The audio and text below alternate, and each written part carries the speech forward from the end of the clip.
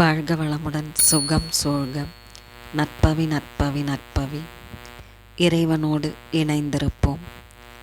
பண பிரச்சனைகளை தீர்க்கும் குபேர சனீஸ்வரர் திருக்கோவில்.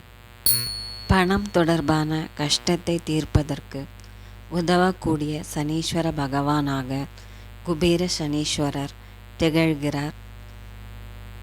குபேர சனீஸ்வரர் என்பவர் சிவகாசியில் இருந்து சங்கரன் கோவில் செல்லும் வழியில் குகன் பாறை என்னும் இடத்தில் வீற்றிருக்கக்கூடியவராக திகழ்கிறார்.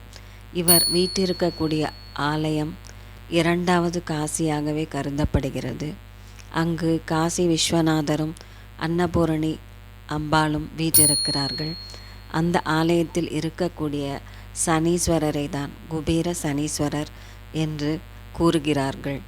இந்த ஆலயத்திற்கு தொடர்ச்சியாக 3 பிரதோஷங்கள் யார் ஒருவர் சென்று வழிபாடு செய்கிறார்களோ அவர்களுக்கு இருக்கக்கூடிய திருமண தடைகள் முற்றிலும் நீங்கும் என்றும், விரைவிலேயே திருமண யோகம் உண்டாகும் என்றும், நினைத்த மாதிரி திருமண வரம் அமையும் என்றும் கூறப்படுகிறது.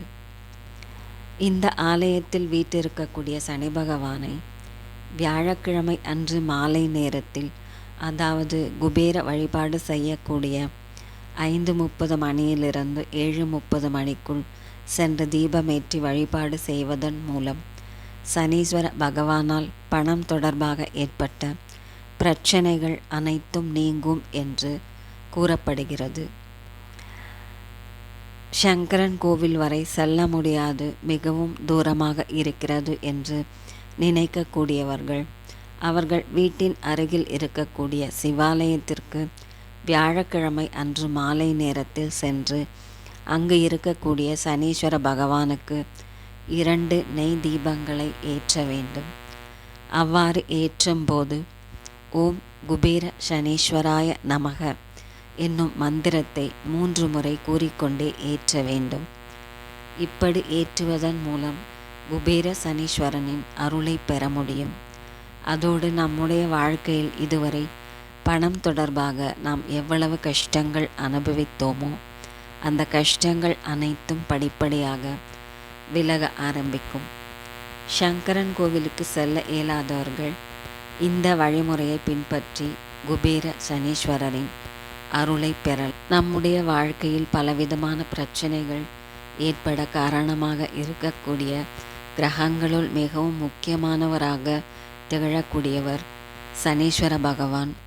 ஒருவருடைய ஜாதகத்தில் சனீஸ்வர பகவானின் பார்வை பட்டுவிட்டாலே அவருடைய வாழ்க்கையை தலைகீழாக மாறிவிடும் என்று கூறுவார்கள். ஒவ்வொருவரின் கர்ம வினைகளுக்கு ஏற்றாற்போல் பலனை வாரி கொடுக்கக்கூடிய வள்ளலாகவே அவர் திகழ்கிறார்.